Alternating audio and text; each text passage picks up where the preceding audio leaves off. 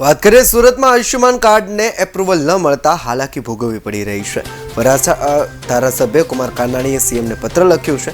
પત્ર લખી સમસ્યાની હલની માંગણી પણ કરી છે। ખ્યાતિ હોસ્પિટલે કૌભાંડ કર્યું અને આમ પ્રજાને હાલાકી ભોગવવી પડી રહી છે। સંખ્યાબંધ ફરિયાદો આવી રહી છે। ઇમરજન્સી કેસમાં ઓપરેશન અટવાયા હોવાની ફરિયાદ છે।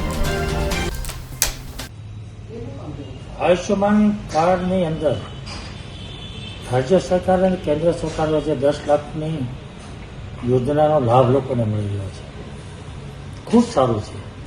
તો અમદાવાદની ખ્યાતિ હોસ્પિટલનો જે કંઈ કૌભાંડ બન્યું છે, ત્યાર પછી કાર્ડ એપ્રુવલ થતા નથી।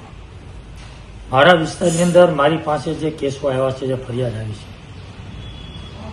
8-10 લોકો એવા છે જે ખાટલે હોસ્પિટલના બિછાને પડ્યા છે અને કાર્ડના એપ્રુવલની રાહ જોઈ રહ્યા છે। હૃદય રોગનો હુમલો થયો છે, તો કાર્ડ એપ્રુવલ ન થાય તો એને બચવો તો કાં તો સ્વખર્ચે એને સારવાર કરવી પડે અથવા તો રાહ જોઈને બેસવું પડે।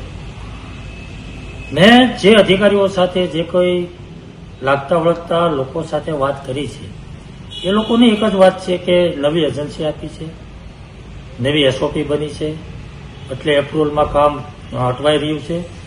પરંતુ મારું કહેવાનું એવું છે કે કોઈ પણ ઘટના બની હોય, જે કાંડ થયો છે, ખોટું થયું છે, એને અટકાવવું જોઈએ અને એના માટે નવી એજન્સી આવે, નવી એસઓપી બને અને લોકોના કામ અટવાયા કરે। ના તો આયુષ્યમાન કાર્ડ એવું છે કે જીવનું જોખમ હોય છે।